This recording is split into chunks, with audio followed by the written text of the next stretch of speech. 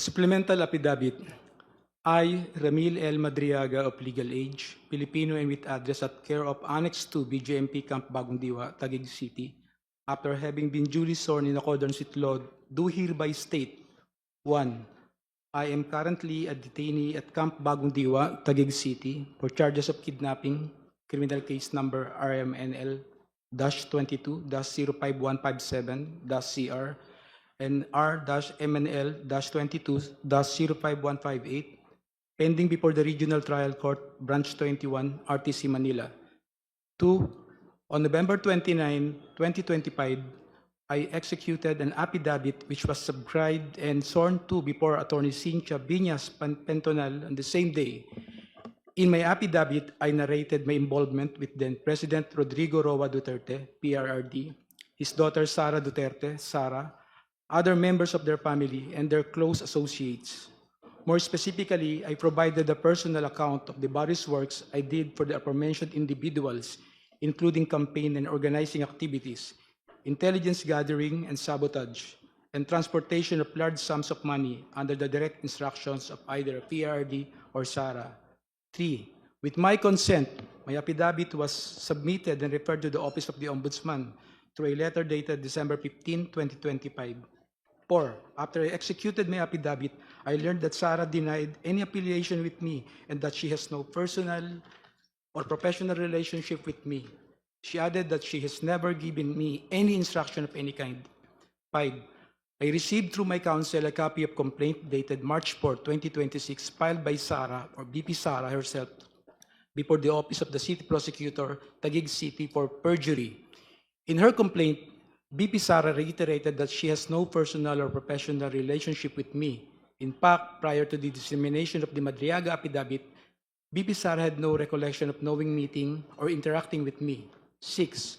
However, her denial of any affiliation with me is absolutely false. She lied under oath in her perjury complaint against me.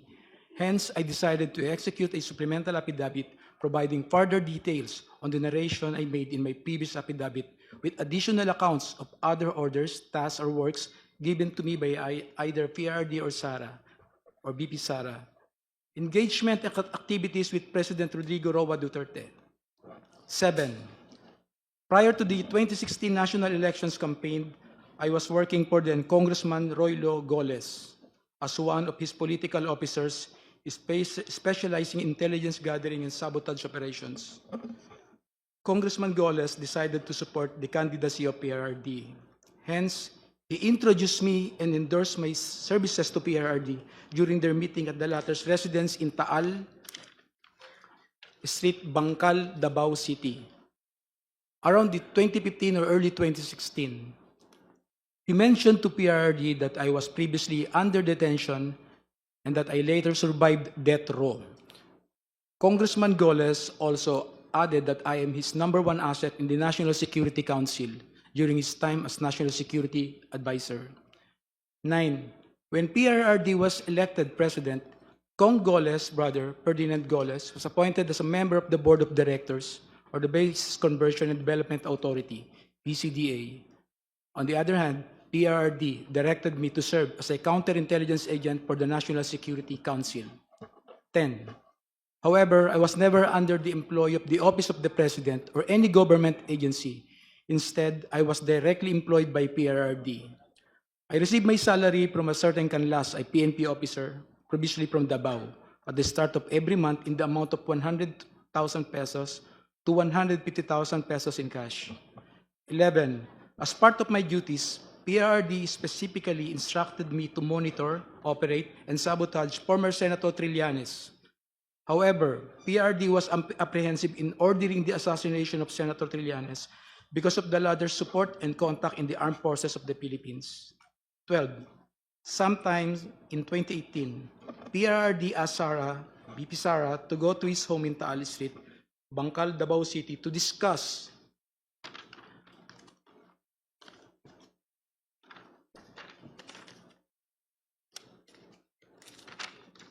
upcoming local elections in Davao City, where BP Sara was going to run for re-election as mayor. During this meeting, PRRD introduced me to Sara and told me, "Ram, ikaw na bahala kay Inday." Since then, I've frequently met and discussed with VP Sara, then Mayor Sara, regarding various matters. However, she gave me strict instructions that all conversations should be done as much as possible by call and minimize text messages. 13. Furthermore, PRD also asked me to profile individuals associated with VP Sara, then again Mayor Sara, because she is his favorite among his children. PRD wanted Sara, VP Sara, in politics instead of Paulo Duterte Pulong and Sebastian Duterte Baste, who he characterized as baliw and bading, respectively. Number 14, sometimes in 2021, PRD gave me 25 million to purchase high-end motorcycles for Sara's use while she is in Metro Manila and other ordinary motorcycles for our group operations. 15, hence, I bought two 2021 model Harley-Davidson motorcycles from a dealership in Green Hills, EDSA for around 2,500,000 pesos, inclusive of accessories, and around 2 million pesos exclusive accessories, respectively. Both Harley-Davidson motorcycles were placed under the name of my son. I also purchased two 2021 model Ducati motorcycles from a dealership in Katipunan, Quezon City for around 3,500,000 pesos and around 2,300,000 pesos, respectively. In addition, I also bought accessories for these Ducati motorcycles in the total amount of 500,000 pesos. Both the Ducati motorcycles were placed under my name. 17. Lastly, I also purchased 7 Yamaha NMAX motorcycles for the operation of Initiative for Social Justice Innovation and Progress Pilipinas, or ISIP Pilipinas. The remaining money was distributed to my colleagues in ISIP Pilipinas. 18. All purchases of these motorcycles, including the aforementioned accessories, were paid in cash using the money given to me by PRRD. Custom magnetic lifter transaction with Attorney Manscarpio. Sometime in 2017 or 2018, PRD told me to assist the husband of Sara, Attorney Manasseh Manscarpio, regarding a problem with the Bureau of Customs. However, no specific details were provided by PRD. Thereafter, Attorney Mans called me. We later decided to meet in front of a coffee shop in Burgos Circle in Bonifacio Global City, Taguig City. During our conversation, he asked me to assist in facilitating the release of what he called construction equipment, which was plugged and confiscated by the Bureau of Customs. Attorney Mans gave me a contact person, a female lawyer, to coordinate with it regarding the BOC problem. After 2 days, I went to the BOC to meet the female lawyer to discuss the release of construction equipment. This time, I learned that the construction equipment was actually magnetic lifters. The same were confiscated because it contained a large amount of shabu. However, the female lawyer informed me that it was difficult to release the same because it was a hot item. 22. I reported this to Attorney Mans and we meet again in the same spot in BGC, Taguig City. This was the last time we met regarding the issue. Later, I learned that the content of the magnetic lifters is at least 500 kilograms of shabu worth 4.3 billion pesos were mysteriously missing. Dummy accounts and bank transactions of PRD. Despite only earning 100,000 pesos or to 150,000 pesos from my services to PRD, millions of pesos went through bank accounts opened for me by close associates of PRD. I admit that during PRD's term as president, I served as a dummy for the transfer of large amount of money. These transfers were made through bank accounts that were opened under my name, which include but are not limited to the following: China Bank, Legazpi Village, Makati City; China Bank, Main Makati City; China Bank near the power station at Ayala, Makati City; PNB Makati Metropolitan Avenue Branch, Makati City; an unknown bank in Pasig City, Si Raimundo.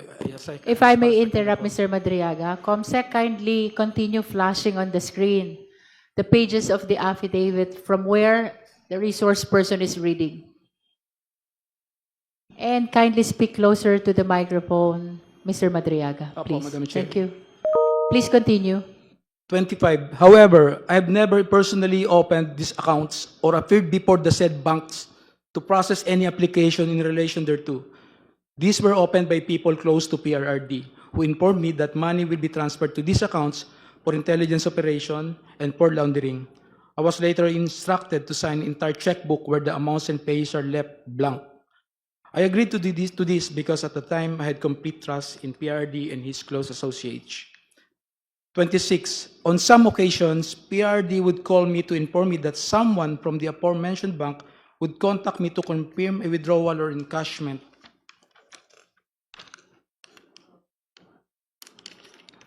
Of checks, there were also instances that where PRD would instruct me to personally visit the said banks to pick up the money and bring it to Malacanang or to the designated individuals. I distinctly remember that PRD directed me on 3 separate occasions to pick up 100 million from a bank inside the mall in Lubao, Pampanga, which were all delivered to Malacanang. On another incident, I was informed by PRRD that the 2 land bank managers' check which were to be delivered to one of our safe houses in Eastwood, Quezon City, in the amounts of 84,200,000 pesos and 4,800,000 pesos, respectively, were issued under my name. Copies of the 2 land bank managers' checks are hereby attached as annexes A and A-1. 28. To prove the aforementioned allegations, I am willing to execute an affidavit, authorization, or any other document, and to perform all acts necessary for Committee on Justice of the House of Representatives or the courts to access the aforementioned bank accounts and all other bank accounts under my name. Term sharing and destabilization efforts. 29. Sometime in November 2021, PRD mentioned to me that Ferdinand Bongbong Marcos Jr. will run for the president while Sara will serve as his running mate. PRD added that a few months ago, BBM and Senator Amy Marcos visited him to discuss a possible alliance to the 2022 national elections. During this meeting, BBM was able to convince PRD to have Sara as BBM's vice president.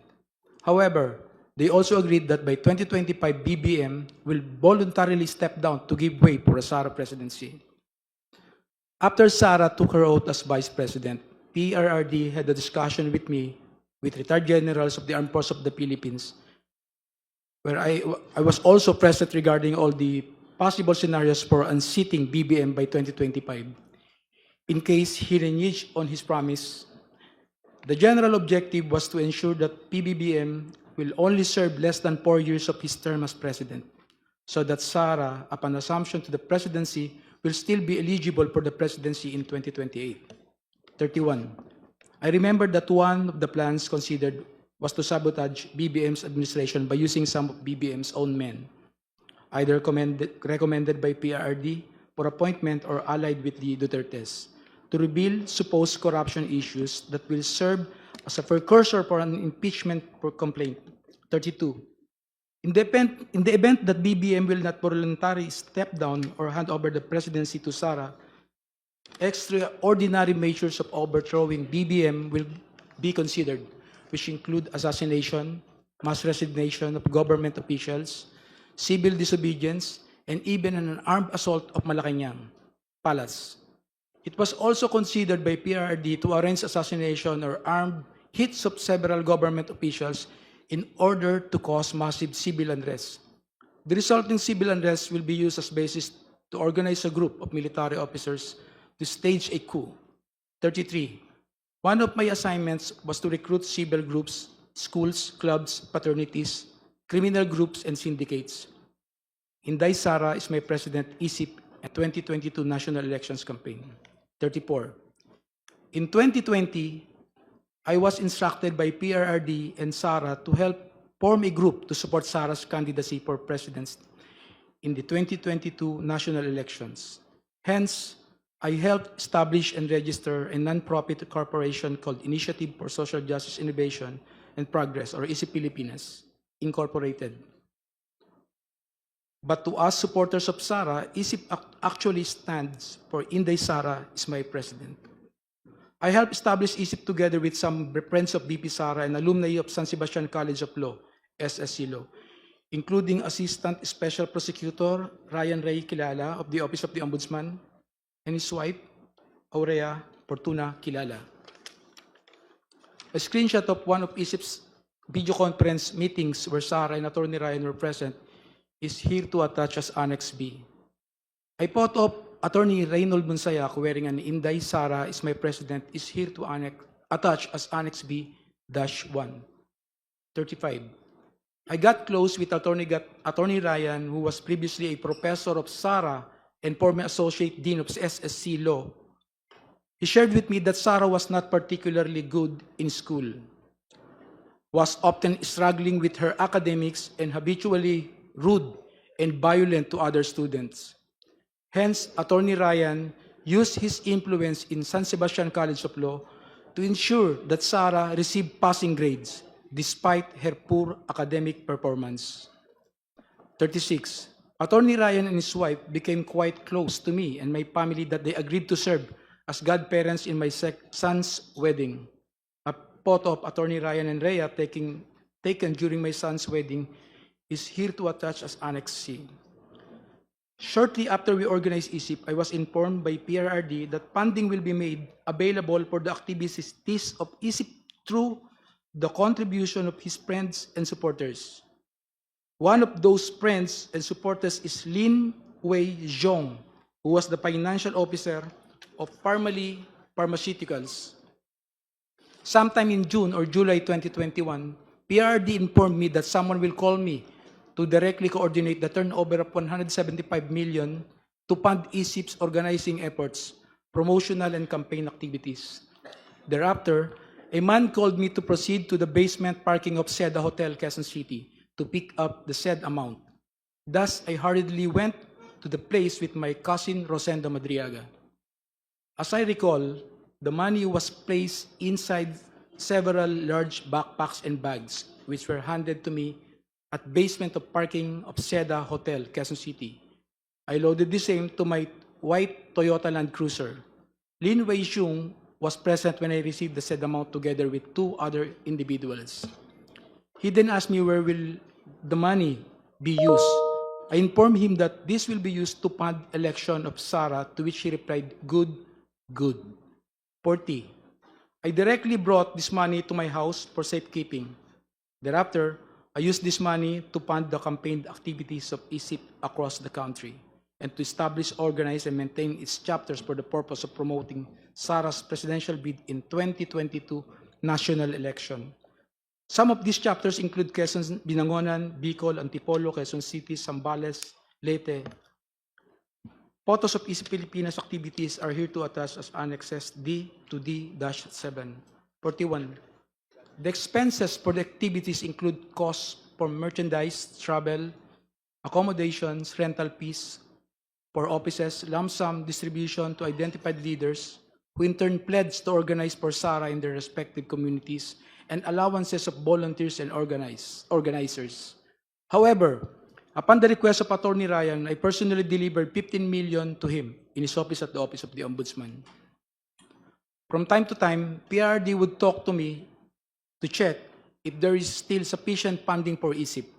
When the initial amount funding ran out, I promptly informed him and he directed me to get another 100 million pesos from Maestrado Lim, who we call Tanda, at the Hyatt Regency in Bonifacio Global City, Taguig City. The money was placed in several bags and were handed to me by Maestrado Lim. 43. I distinctly remember Maestrado Lim because he previously mentioned during one of our meetings in Davao City that he hated Filipinos in general and Filipino businessmen in particular, stating that peste yung mga Pilipino, yung mga businessman walang kwenta. Aside from Lin Wei Zhong and Maestrado Lim, I also remember that Michael Yang, a very close friend of PRRD, who was frequently in Malacanang, also provided financial support to ISIP Filipinas. 45. On September 29, 2021, and despite our extensive campaign activities, I was informed by Sarah that she will no longer run for president and will instead run for as BBM's vice president in 2022 elections. This decision caused deep frustration among the members of ISIP. Hence, we organized a video conference with Sarah where I personally asked her to reconsider his decision, as we have already poured some substantial effort toward promoting her candidacy for president through ISIP. During our video conference, I also noticed the painting I personally gave her as a gift. A screenshot of our video conference is here to attach as Annex A.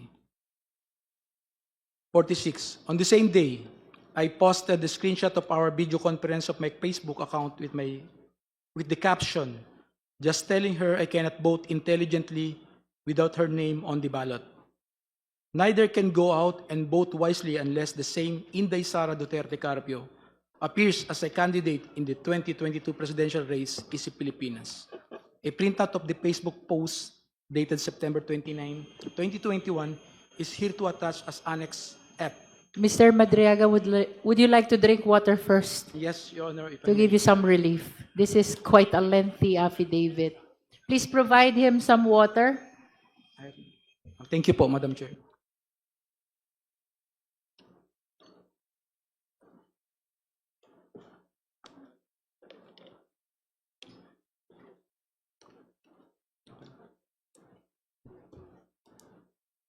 Can I proceed na, Madam Chair? Yes, you may.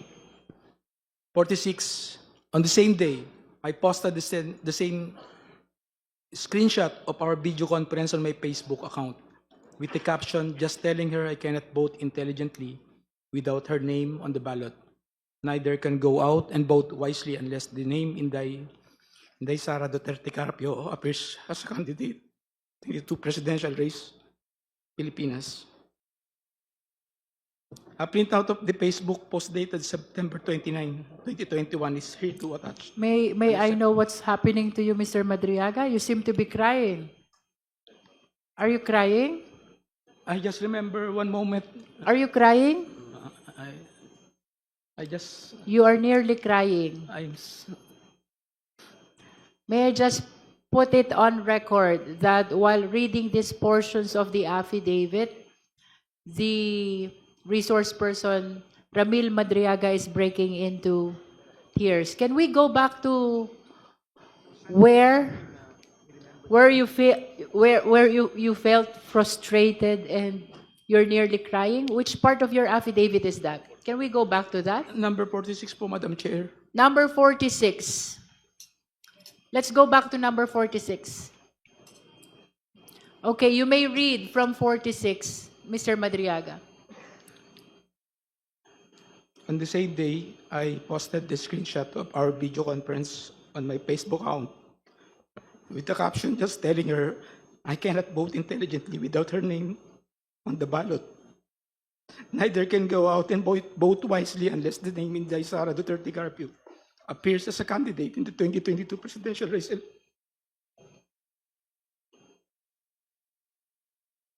47. Would you like to say something No, about why you are crying on this part of the affidavit? hindi naman, malungkot lang po. Malungkot. Okay, please proceed.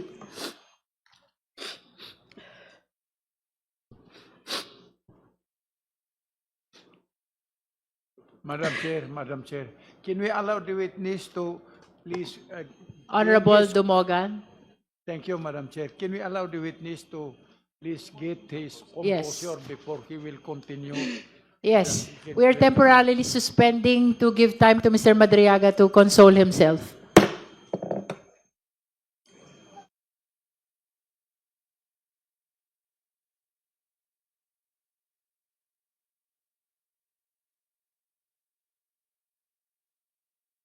Maybe we can recognize first Attorney Terry Redon, Congressman Terry Redon, if he has other concerns about the affidavit. What's the pleasure of the Honorable Redon? Because it is on your motion, on your request that Mr. Madriaga is reading this affidavit that causes him to cry a lot. I think we have to let him finish the affidavit, the reading of the supplemental affidavit until the very end, Madam Chair. And he should be allowed to proceed as soon as he has composed himself. Madam Chair. May I proceed, Madam Chair? Are you ready? Opo, Madam Chair. Okay, you may proceed, Mr. Madriaga. 47, nevertheless, Sara proceeded to run as BBM's vice president under the unity ticket. I continued assisting her campaign for vice president during campaign sorties. I served as advance party to municipalities, cities, provinces where Sara was scheduled to visit and campaign. In several of these campaign sorties, I personally joined Sara together with other members and volunteers of ISIP, which to us now refer to Inday Sara para sa ikalawang Pangulo. Photos of Sara and me in several campaign sorties are here to attach as Annex G to G-3. 48. During one of the activities of ISIP in Bataan, I got to know a group of farmers who were asking for assistance because of land grabbing incidents in their area. I tried assisting them and I discovered that the entity behind the land grabbing in First Bataan Maribeles Holdings Corporation. More than a year later, I informed Sara about this concern and she told me to bring the group to one of her residences in Metro Manila located at Serendra Bonifacio Global City, Taguig City. I asked the group of farmers to wait outside of Serendra as I went to talk to Sara. When I mentioned to Sara the First Bataan Maribeles Holdings Corporation is the one involved in the land grabbing incidents, she told me that she cannot do anything and that she will no longer meet with the group of farmers. Through ISIP, I also came to know Attorney Reynold Monsayak, who likewise provided valuable support to ISIP. In recognition of his efforts, ISIP awarded him a certificate of recognition and appreciation at Nomu Bashu, Thomas Morato, Quezon City. Attorney Monsayak was later appointed as the spokesperson of the Office of the Vice President. A copy of the certificate of recognition and appreciation dated June 29, 2022 is here to attach as Annex H. Number 51. The certification of recognition and appreciation was handed by Attorney Ryan to Attorney Monsayak at Nomu Bashu, Thomas Morato, Quezon City, where I was also present. A photo of Attorney Ryan handing the certification of recognition and appreciation to Attorney Monsayak is here to attach as Annex I. Election of Sara as Vice President and OBP confidential funds. Number 52. After the election of Sara as Vice President, she invited me to attend her inauguration at the San Pedro Square, Davao City on June 19, 2022.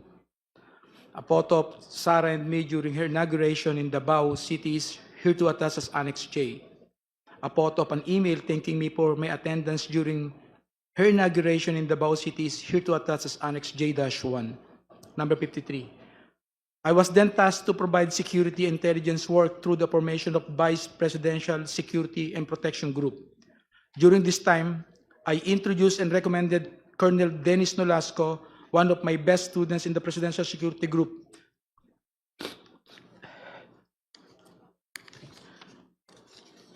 to assist this matter. Number 54. Colonel Nolasco then tapped the services of Colonel Raymond Dante La Chica to head the BPSPG. Afterwards, I worked with both Colonels Nolasco and La Chica from July 2022 to April 2023 for tactical transport services, security of Sara and other VIPs, handing and conveying and highly confidential information, and the transportation of large amount of money to several persons as instructed by Sara. Money deliveries under the instruction of Sara. In the morning of December 20, 2022, Sara called me and she said, "Sir Ram, please coordinate with Colonel Nolasco. Meron tayong deliver sa San Pablo, Laguna, sa Night Street, at sa Ombudsman." Sara added, "Bawi tayo sa kanila later." Later, I received a text message from her indicating the places of delivery, which include San Pablo, Laguna, Night Street, Office of the Ombudsman, and the corresponding contact numbers. Number 56. Later that morning, Colonel Nolasco sent me a text message directing me to go to the DepEd Central Office in Pasig City, beside Ultra at around 1:30 p.m. for the transport. Transport is a shorthand for delivery or transportation of large sums of money between Colonel Nolasco and me upon the instruction of Sarah. After receiving the text message, I hurriedly prepared and went to the DepEd Central Office together with 4 other individuals, Richard Babagay, Arman Villanueva, a certain Chip, and a certain Ruel. Number 58. Richard and I were aboard my blue Toyota FJ Cruiser, while Arman, Ruel, Noel, and Chip came in Toyota Grandia with the sticker Inday Sara Champura Duterte attached to both sides of the van. Richard was driving my blue Toyota FJ Cruiser and Chip was driving the Toyota Grandia.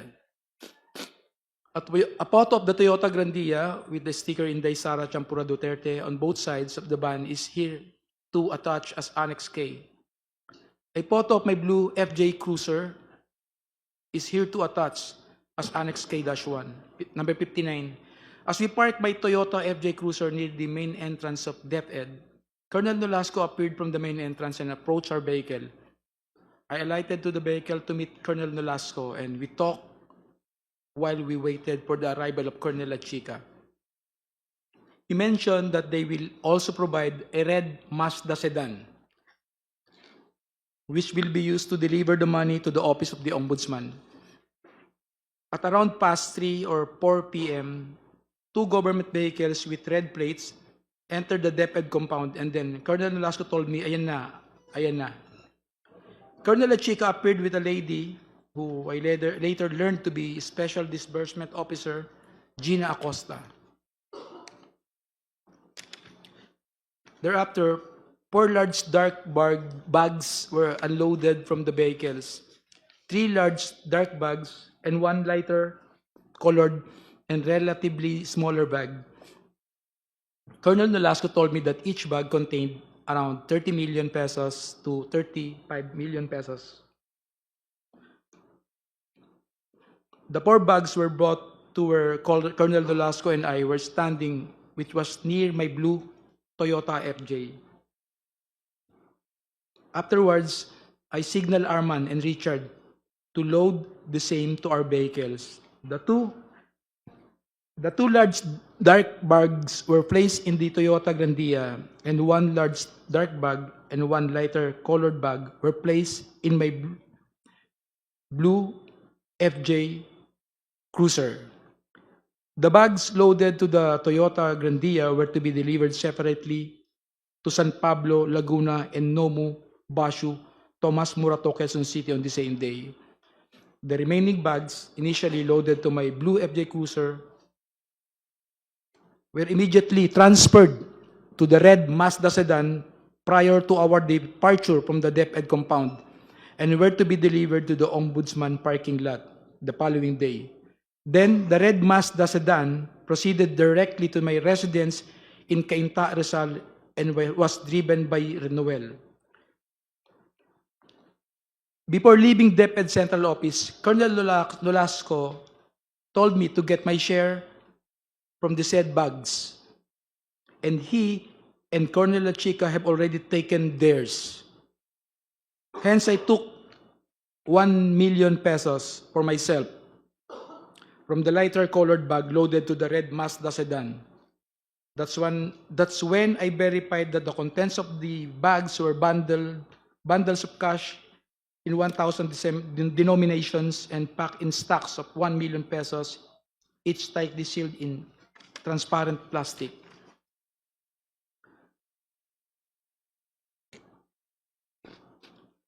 We, Blue Toyota FJ Cruiser and Toyota Grandia, left DepEd Central Office past 5 p.m., heading to San Pablo, Laguna. As we approached Laguna, I called the contact number provided by Sarah, informing the designated recipient that we are on our way. However, I was directed to proceed to Cabuyao, Laguna instead. We arrived in Cabuyao, Laguna past 8 p.m. and were then instructed to proceed to an area inside the industrial park to meet individuals who were designated to receive the purse bag for a politician in Laguna. As we approach the designated place, I can clearly see from our vantage point an SNR membership shopping establishment. Upon arrival, I immediately saw 3 persons standing in wait beside the dark sports utility vehicle. One of them proceeded to the Toyota Grandia and took one of the bags. We immediately left after the delivery of the purse bag. 65. Thereafter, we proceeded to Nomu Bashu, Tomas Morato, Quezon City, a comedy bar we call the Night Strip, frequented by SSC Law alumni including Attorney Ryan and Attorney Monsayak. 66. I am quite familiar with Nomu Bashu because I had previously visited it several times in relation to my work with SARA and ISIP Pilipinas. In fact, this is the same place where ISIP gave Attorney Monsayak a certification of recognition and appreciation. We arrived at Nomu Bashu around 12 midnight. I went inside the establishment with Arman, who was carrying the second bag. I immediately saw Attorney Monsayak, who was at the same time, in the middle of the place together with a woman and several men. When he saw me, he stood up and signaled for us to go upstairs. We then proceeded to the stairs leading to the second floor. Arman walked ahead of me while I followed him. Before I got to the second floor, I saw a man who came out of the room and received the bag from Arman. After that, we proceeded to exit the premises, and as I was passing near the table of Attorney Monsayak, I looked at him and he nodded.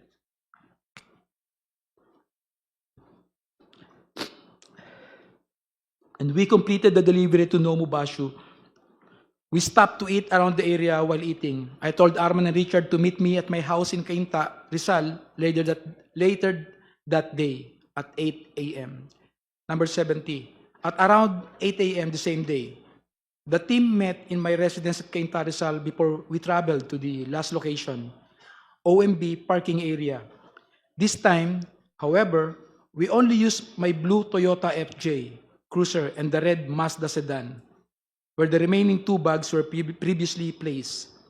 We left my residence at around 8:30 a.m.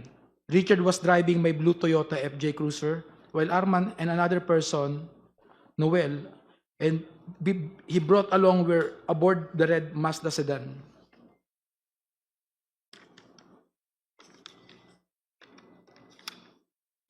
'71. When we arrived, the guard gave a signal directing us to park in a specific area in the Ombudsman parking lot. We proceeded to the specific area and parked red Mazda sedan, where the remaining 2 bags of money were placed. We left the keys on top of the left front of the wheel, which is our usual practice when delivering large amounts of money. 72. Previously and upon direct instructions of PRD, Sara, I've also delivered money to Ombudsman Samuel Martires or Attorney Ryan, which I usually place inside an open trunk of a designated car. Number 73. After completing the last delivery, we left the Ombudsman compound aboard my blue Toyota FJ Cruiser. A few years later, I read from several media reports that 125 million OBP confidential funds in 2022 were reportedly utilized in just 11 days. This is wrong because I personally disposed the money in less than 24 hours. Sara attempt to visit me at Annex 2 BJMP Camp Bagong Diwa.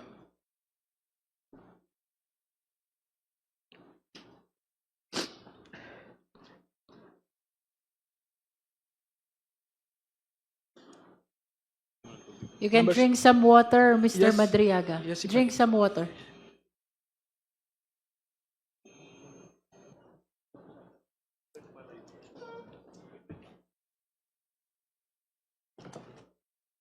Thank you po, sir.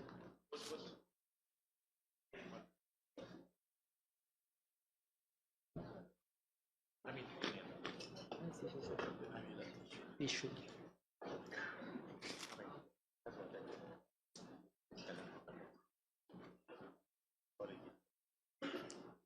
May I proceed, Madam Chair po? Feel free to start whenever you want.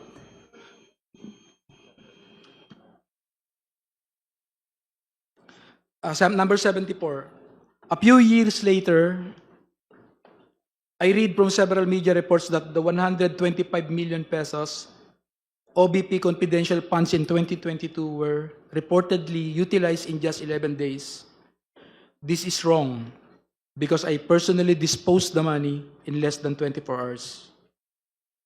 Sarah's attempt to visit me at Annex 2, BGMP Camp Pagundiwa. Number 75. Sometime in October 2025, after I got arrested for alleged kidnapping, I was called by Jail Warden Jose Marie Sabiniano in his office.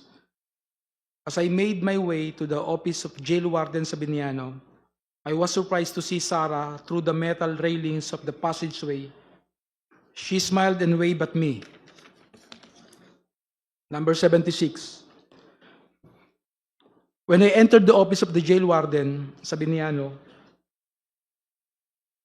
he asked me if I know Attorney Joyce. I replied, Joyce dapat, and jail warden Sabiniano handed me a phone. When I said hello, I recognized the voice of Sarah, and she asked me about my well-being and conditions inside the detention facility. She was also apologetic for failing to do something or assist in my ongoing criminal case. 77. Frankly, I felt bad and disappointed given that Attorney Harry Roque filed the case against me in retaliation after I tried to expose his land-grabbing activities in Maribeles, Bataan, together with his Philippine offshore gaming operator partners. As I previously mentioned, I was merely trying to assist the farmers of the said area who were supposed to be awarded of their certificate of land ownership award by the Department of Agrarian Reform, but fell victim to Attorney Harry Roque's activities. Attorney Roque and his POGO partners wanted to convert the said place into a POGO hub after he facilitated the transfer of at least 60 land titles to First Bataan Maribeles holding corporations. In fact, Danny Corral, President and Chief Executive Officers of First Bataan Maribeles Holding Corporations, is also an incorporator of Lucky South 1999 Outsourcing Incorporated and Lucky South 1999 Corporation, which were involved in POGO operations in Pampanga. Number 80, more importantly, I felt betrayed that despite all my efforts to support Sarah, to the extent of even committing high-risk acts for her and her family, she did not lift a finger to stop Harry Roque, who is her known ally and supporter, from filing the unfounded kidnapping case against me. In witness hereof, I have here and to set my hand this April 2026, April 11, 2026 in Taguig City, Apayat, signed Ramil Madriaga. That will be all your, Madam Chair. Thank you,